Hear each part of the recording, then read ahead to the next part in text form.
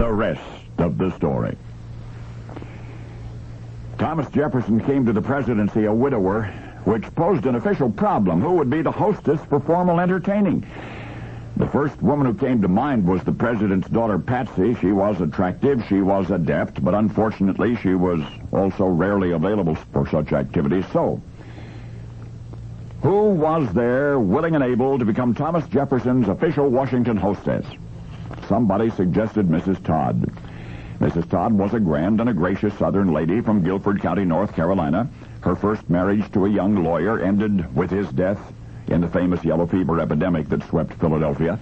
Less than a year later, she married the man who was to become Tom Jefferson's Secretary of State. Well, now she and her husband were in Washington, and she would be most happy to help the president in any way that she could. The first difficulty to be overcome was Jefferson's own aversion to lavish dinner parties and ponderous protocol. For while the Washingtons and the Adamses had delighted in formal receptions and so on, this new president preferred intimate, unpretentious gatherings.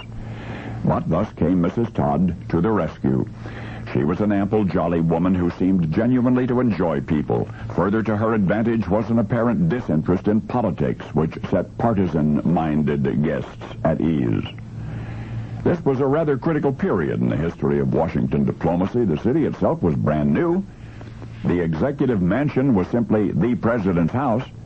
Pennsylvania Avenue, if you can imagine this, Pennsylvania Avenue between the White House and the Capitol was little more than a swath of mud cut through the trees. Now into the burgeoning, unrefined federal capital streamed statesmen and diplomats from all over the world, and they expected something special. Well, they found it in the spectacular official entertainment of the First Lady who was not President Jefferson's public relations genius, the gracious Mrs. Todd. With each social function, she became a more adept hostess, more charming, more efficient. Her dinner parties and her receptions were called dazzling. In fact, her own home, wherein most of these occasions took place, became known as the social hub of the nation's capital, while the president's house remained just the president's house. But this is the rest of the story.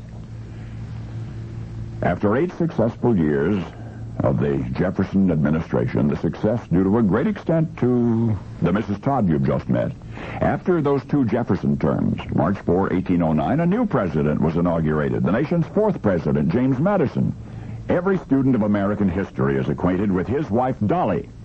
Dolly Madison, reared modestly as a Quaker girl, became the consummate Washington hostess, the paragon of propriety and festivity, the First Lady, to whom all subsequent First Ladies would inevitably be compared.